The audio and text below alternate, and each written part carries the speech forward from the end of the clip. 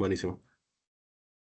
Bueno, como dijo Mar, yo soy Martín Lorente, soy fellow del Hospital Italiano en primer año y hoy vamos a ver tumores infrecuentes de ovario.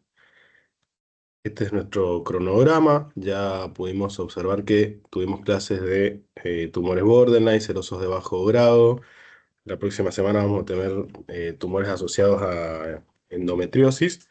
Así que dividí la clase del día de hoy en carcinomas mucinosos por un lado, dentro de lo que serían tumores del epitelio del ovario, y tumores de los cordones sexuales y el estroma. Solamente voy a hablar de estos dos grandes grupos que son los más frecuentes, que son los tumores de la granulosa y los tumores de la célula de Sertoli Leydig.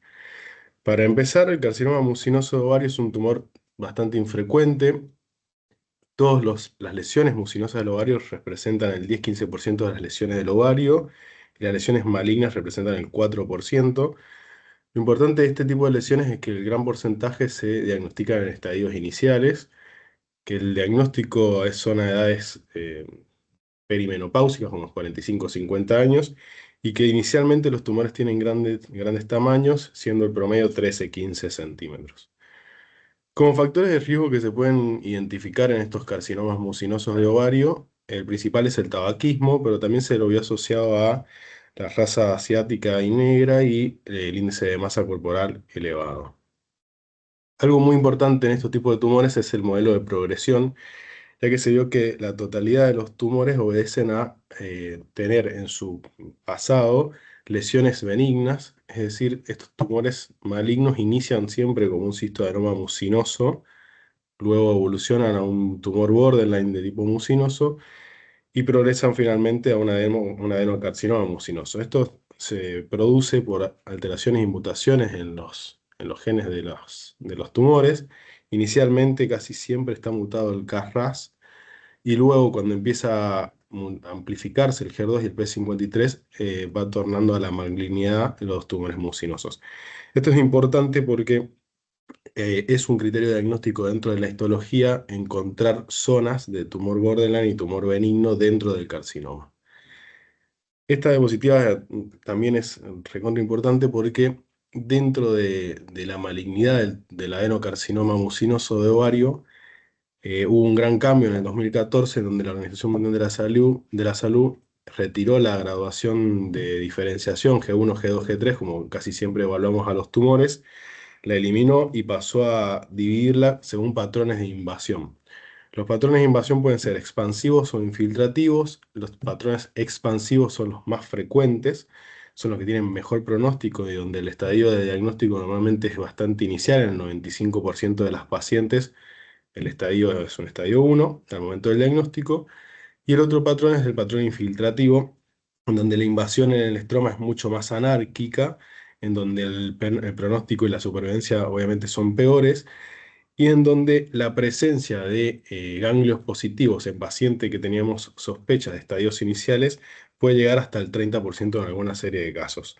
Por lo tanto, el diagnóstico de estas pacientes es muy importante porque modifica la estadificación y porque modifica también el estadio que nosotros por ahí pensamos que tiene inicialmente la paciente y los pasa a un estadio avanzado. Puse acá unas fotitos para que veamos cómo se pueden llegar a ver, por ejemplo, una tomografía con líquido acítico alrededor del tumor, una macrofotografía de del tumor que tiene una rotura espontánea con mucina en su interior, y la histología, en este caso, puse una foto de un patrón expansivo en donde la infiltración en el estroma es escasa, pero tiene que haber siempre infiltración en el estroma para decir que es un adenocarcinoma. Esta diapositiva me parece también una de las más importantes porque en todas las guías se remarca la importancia de diferenciar a nuestro adenocarcinoma de un tumor primario de ovario o de un tumor metastásico de cualquier parte del tracto gastrointestinal. Principales diferencias son que el tumor primario de ovario va a diagnosticarse en un estadio inicial la mayoría de las veces, que la gran cantidad de veces son unilaterales y con tamaños mayores a 10 centímetros. Los patrones de invasión principalmente son expansivos, siempre tiene componentes benignos y borderline asociados a la lesión maligna. La presencia de moco extracelular y de células en anillo de sello dirige más el diagnóstico hacia un carcinoma metastásico. Hay algunas diferencias también en la inmunohistoquímica que nos puede ayudar a diferenciar el diagnóstico y con respecto a los marcadores, no hay una gran diferencia. El marcador, tanto el CA como el CA19-9 van a estar aumentados, por lo tanto esto nos puede seguir para hacer seguimiento, pero por ahí para identificar el origen inicial del carcinoma no es de gran utilidad. ¿Por qué es importante hacer esta diferencia? Porque hoy en día se vio que el 60% de los tumores diagnosticados como primarios de ovario en realidad eran metástasis de tejidos o de órganos gastrointestinales que principalmente vienen del colon y del apéndice y en algunos casos del estómago. Es súper importante porque la supervivencia en pacientes en donde sospechamos que el estadio inicial de ovario es del 90% a los 5 años, versus un estadio avanzado gastrointestinal, en donde, por ejemplo, si fuese una metástasis pancreáticas, la supervivencia no supera los 6 meses. Para esto, la NCCN en su guía obliga, por decirlo de una manera, a hacer una endoscopía alta y baja previo a cualquier cirugía en los pacientes que sospechamos tumores mucinosos. Y también es importante diagnosticarlo previo a la cirugía porque la congelación intraoperatoria para reconocer qué tipo de lesión estamos observando tiene una especificidad muy baja y necesitamos mayores estudios como es la inmunohistoquímica, por lo tanto la congelación no nos va a servir de mucho en este tipo de tumores. Con respecto al tratamiento, también hay otro punto de inflexión. Acá, como dijimos, la mayoría de los pacientes van a hacer estadios iniciales y la gran mayoría de las pacientes están en edad reproductiva. Se puede considerar la preservación de fertilidad realizando anesectomía unilateral y una estadificación con lavado peritoneal, biopsia peritoneal y aumentectomía en las pacientes que no desean o que tienen concluida la paridad, realizando la anexohisterectomía. El punto principal es qué hacer con el apéndice y con la linfadenectomía. El apéndice en sí, la mayoría de las guías lo que nombra es que si macroscópicamente es normal, el apéndice no hace falta retirarlo.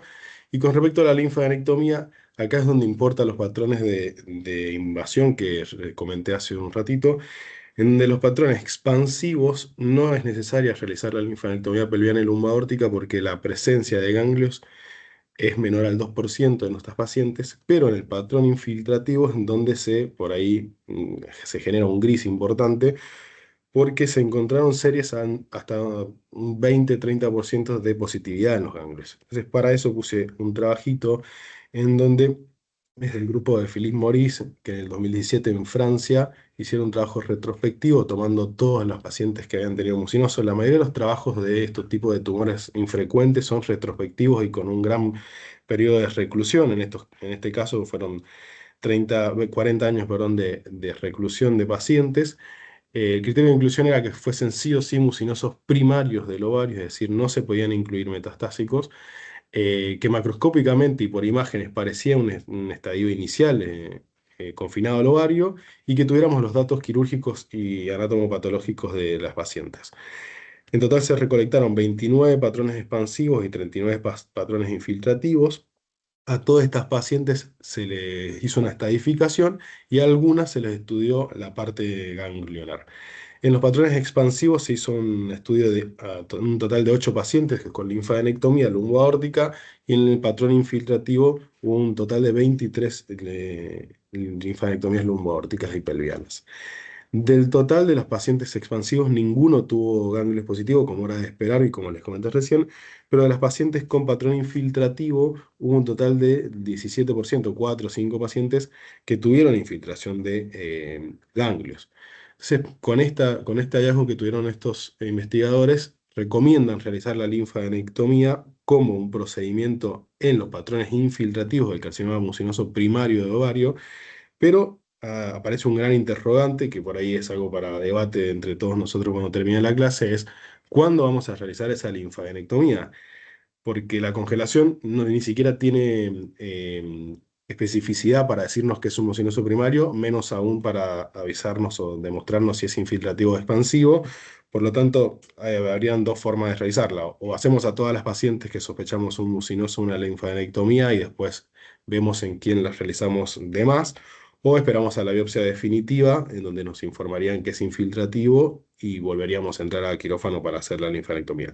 Esto no está resuelto, no hay todavía estudios prospectivos que lo hayan desarrollado, así que es un tema a charlar y después ver qué se hace en cada centro para ver si podemos llegar a algo de acuerdo.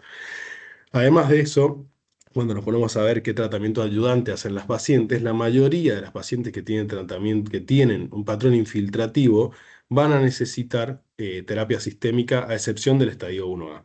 Por lo tanto, es otra cuestión a tener en cuenta, ya que si no está evaluada la significancia terapéutica de realizar la linfadenectomía, si después en estas pacientes igual vamos a realizar terapia sistémica.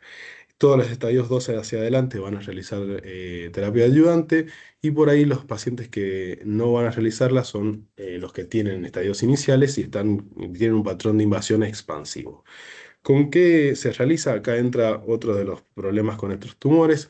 La mayoría de los centros recomienda tantos quimioterapias de base ginecológica como el carboplatin o paclitaxel, pero también recomiendan algunos regímenes que son gastrointestinales y que por ahí en nuestro medio, alrededor de la ginecología oncológica, no los tenemos tan en uso. Ahora vamos a hablar un poquito de eso. La respuesta sí vimos que es inferior con respecto a los carcinomas serosos, que tienen mayor respuesta a la quimioterapia, y sabemos que la supervivencia en los pacientes que tienen estadio 1 va a llegar al 91%, va a ir descendiendo a medida que avanzan los estadios. Con respecto a la quimioterapia, que fue lo que recién les nombré, les traje otro trabajo realizado en Estados Unidos, en donde se toman dos centros y también de forma retrospectiva analizaron desde el 1998 hasta el 2018 y lo publicaron en el 2019, qué tipos de quimioterapias recibían estas pacientes. Es decir, si recibían una quimioterapia basada en fármacos que se utilizan a nivel gastrointestinal o en fármacos que se utilizan en ginecología. Todas las pacientes eran carcinomas mucinosos primarios de ovario, o sea, fueron descartados las metastásicos, y siempre eran pacientes que tenían inicialmente tratamiento quirúrgico y luego necesitaban quimioterapia. Acá puse la tabla 1 para que veamos que la calidad de la citorreducción que producían en ambas ramas llegaba a un 90% de citorreducción completa, que los estadios iban del 1 al 4, estando principalmente en el estadio 1 la mayor concentración de pacientes, como era de esperar. Estos fueron todos los tipos de quimioterapias que recibieron las pacientes, en donde la gran mayoría en el brazo ginecológico recibieron carboplatino y paclitaxel, y en el brazo de quimioterapia gastrointestinal recibieron capecitabina y oxaliplatino, que es uno de los regímenes más comunes a nivel gastrointestinal. Cuando se analizaron las curvas en este estudio que fue retrospectivo, se vio que la terapia gastrointestinal, es decir, la oxaliplatino con la capecitabina, tenía una mejor sobrevida tanto global como sobrevida libre de enfermedad, con un hazard ratio de 0,4 para sobrevida libre de enfermedad y de 0,2 para sobrevida global. Si bien es un estudio retrospectivo, marca por ahí una tendencia y fue evaluado de forma muy profunda.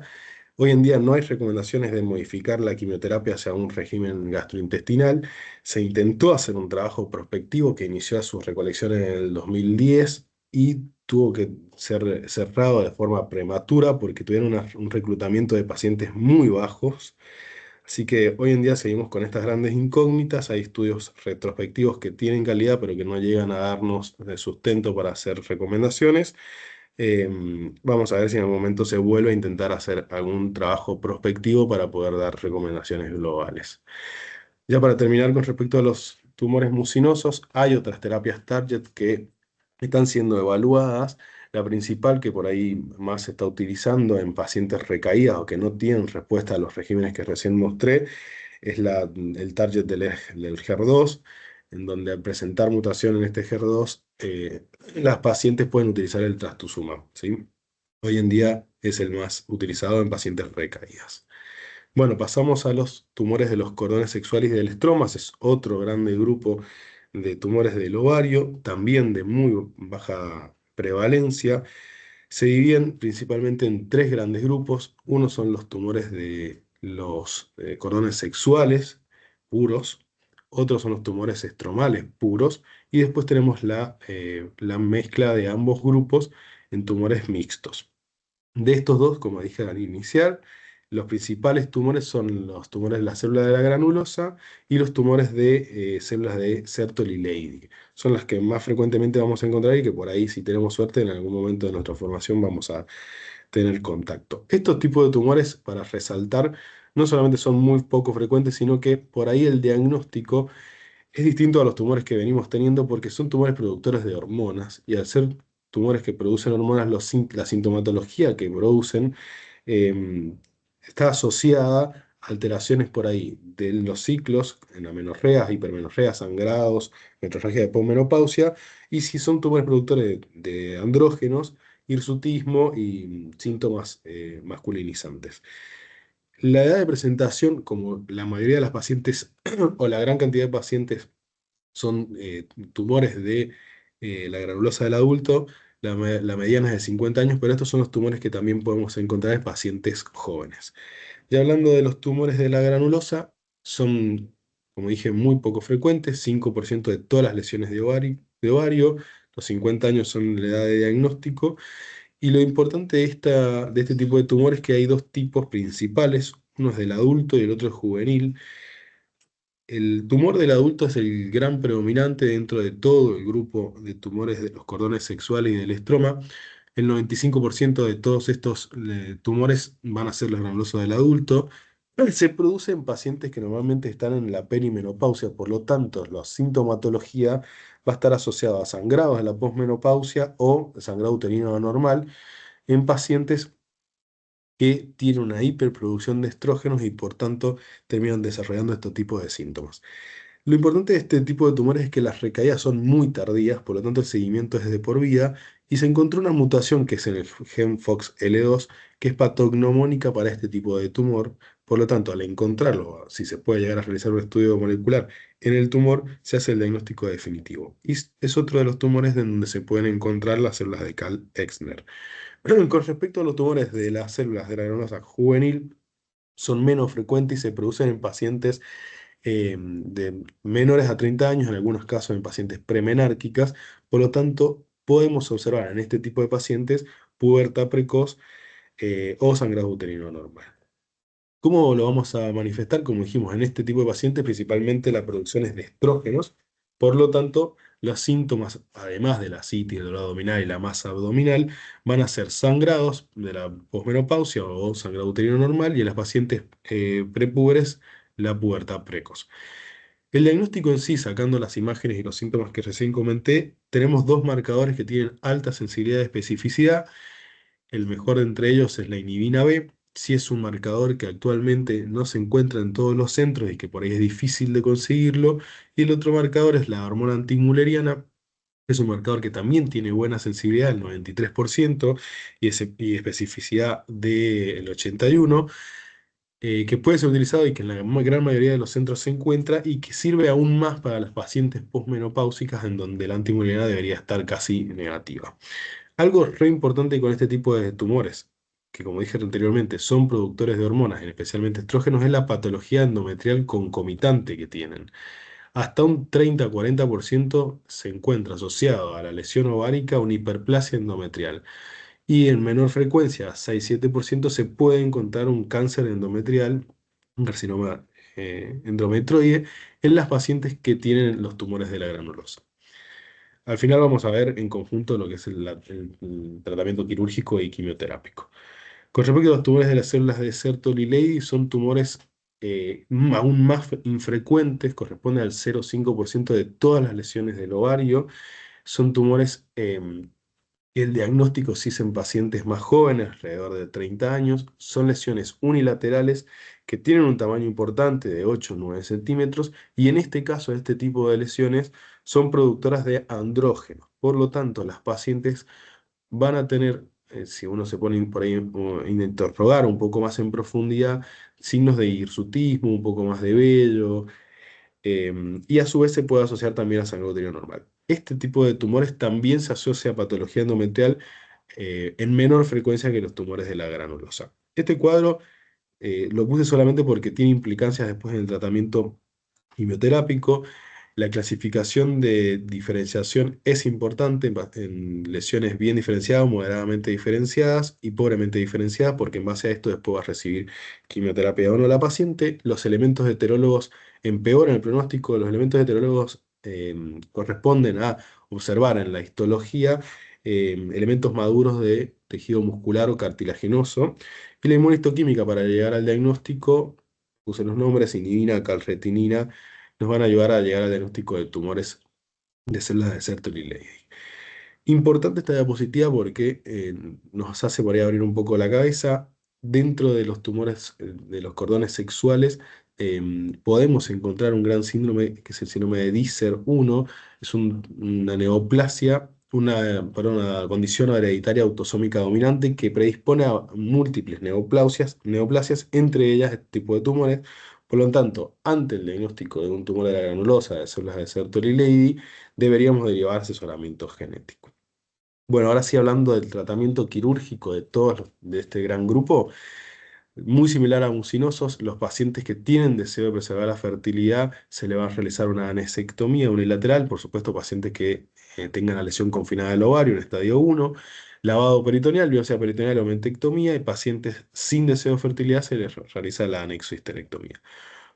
La linfanectomía en estos casos no está recomendada, ya que se vio que, al igual que el mucinoso expansivo, la tasa de encontrar ganglios está por debajo del 2-3%, y sí debería realizarse si encontramos en las imágenes sospecha o en algún hallazgo intraquirúrgico. Y algo muy importante en este tipo de tumores es la importancia de evaluar el endometrio. Es decir, al momento del diagnóstico no solamente tiene que ser evaluada la masa anexial, sino también evaluar el endometrio con biopsia a curetaje, ¿sí? Con respecto al tratamiento posterior a la cirugía, en los estadios 1 solamente se hace tratamiento, se puede observar o dar tratamiento en los pacientes que tienen altos riesgos. Estos son los que nombré anteriormente, es decir, que sean poco diferenciados, que tengan elementos heterólogos o que sea un estadio 1C, es decir, que haya roto la cápsula de la lesión. Del estadio 2 hacia adelante, todos van a recibir quimioterapia. Otra vez, similar a lo que nos pasaba en los otros tumores, hay dos regímenes que son utilizados. Dependiendo de la guía, algunos se van hacia un lado o hacia el otro.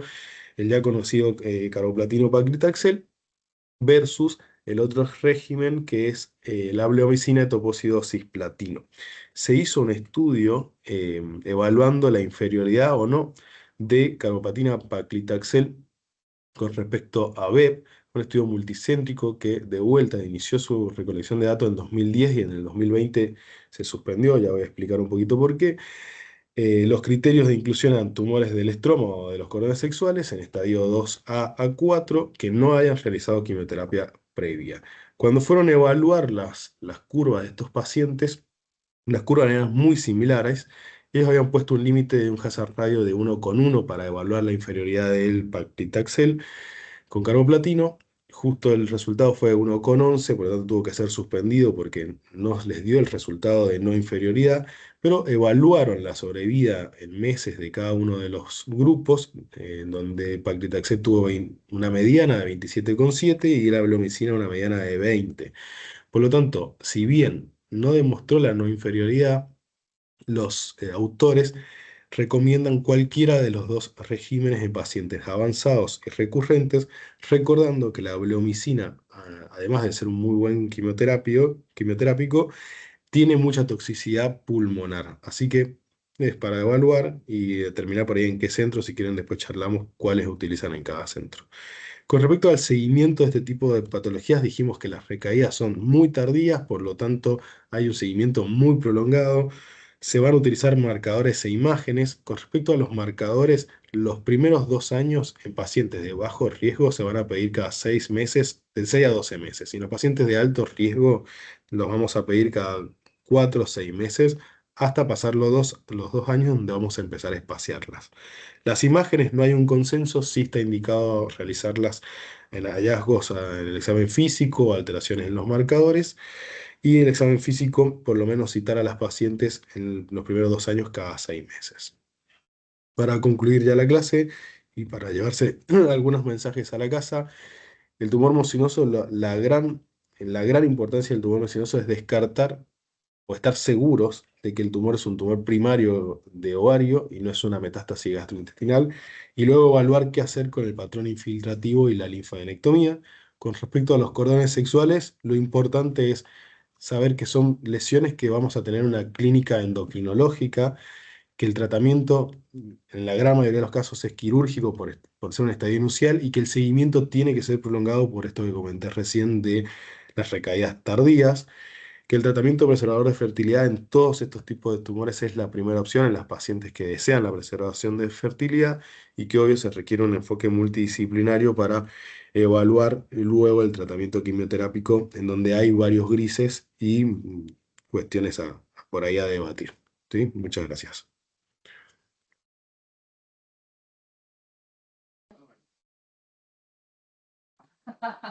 Diego, Hola, ¿cómo andamos? Muy buena, ¿todo Martín. bien?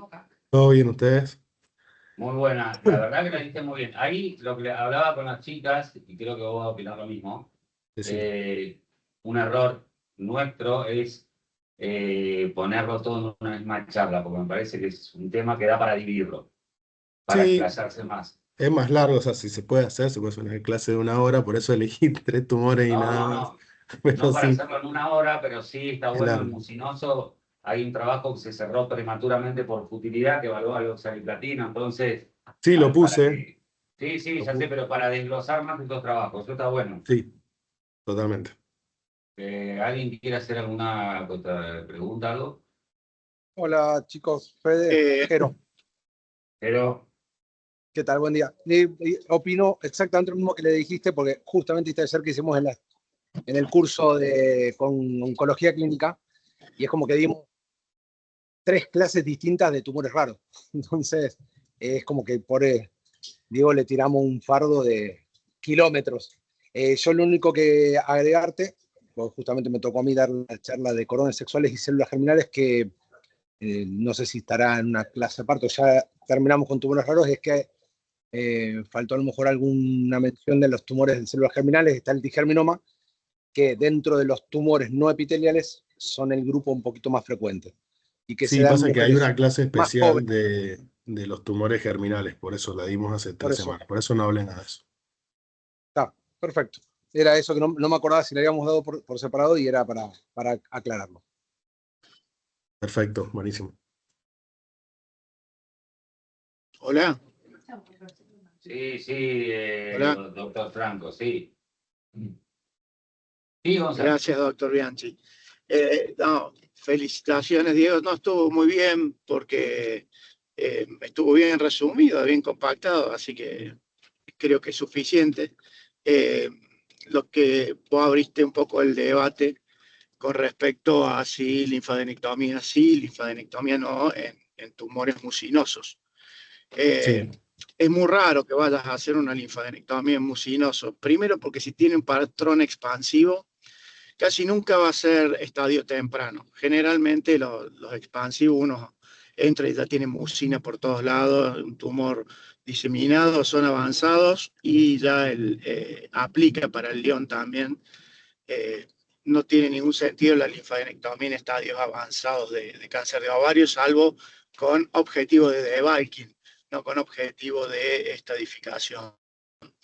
En los estadios tempranos no tiene sentido porque en realidad tiene una tasa de impacto muy, muy bajita en los tumores mucinosos, y la mayoría de los tempranos son de tipo expansivo. Así que en general no sería un problema la linfadenectomía a la hora de discutirla en los mucinosos. Lo otro que en el cuadro no lo alcancé a ver bien porque venía manejando, otro diagnóstico diferencial de mucinoso primario versus metastásico es la bilateralidad, que no lo alcancé a ver el cuadro, pero por ahí porque yo no lo veo bien de acá.